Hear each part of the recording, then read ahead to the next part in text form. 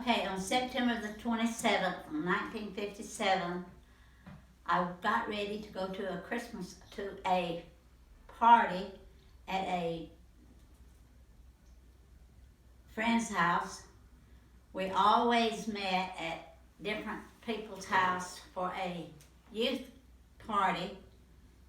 Um, we always met at different one's house at different ones at our youth from Sunday school at our church. So this time it was one of Leon's cousin's house, but at that time I did not know him, and I did not know that I would meet him that night. I met him. He had just gotten out of the service 2 weeks earlier, and I met him at that party, and his cousin Tony was at that party.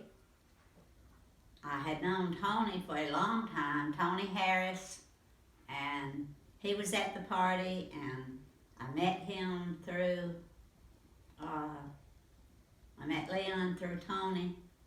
Tony was at the party. Their cousin was, it was their cousin's house. A lot of the youth from the church was at that party. So we had lots of fun. I met Leon. We played Spin the Bottle, and I got to walk with Leon to the mailbox about 4 times, and I let him kiss me at that place. He asked me for my phone number, and I told him I didn't have one, which was a little white lie. And he also asked me where I lived, and I told him I just lived down the road about a mile, but that was a little white lie too. Wouldn't tell him exactly where, but I just said I lived down the road about a mile. So I didn't tell him exactly where. But he was very cute. He had blonde curly hair and big blue eyes, and I didn't look at another boy that night at the party. I don't know whether he looked at another girl that night, and I don't think he walked another girl was spinning the bottle. But anyway, we had lots of fun and had drank lots of punch at the party, had lots of other snacks at the party, and still didn't tell him, exactly where I lived. Still didn't give him my phone number. And of course you had just a party line, so you had several other people on the party line, had other people that listened in on your phone. So, it wasn't much fun to give him your real phone number and tell him exactly where it was, and tell him exactly, who you were and where you lived and all that other information. But anyway, 2 weeks later, he comes up to the door and with his cousin Tony and asked me out. And my mother, said, I don't know if I can let you go out with him or not. But anyway, she let me go because his cousin Tony was with him. So she said, okay, I could go, and so that was my first date with him. So we went to the fair over at the, where was it? I had to turn around and ask him where that was at the, where was it? I forget now, but anyway, we did go on our first date, but that was with his cousin Tony and his date, and another cousin and their date, so we triple dated that night for the first time. That was 3 weeks later after the party, so that was our first date. So then he asked me out again, so we started dating. So that was our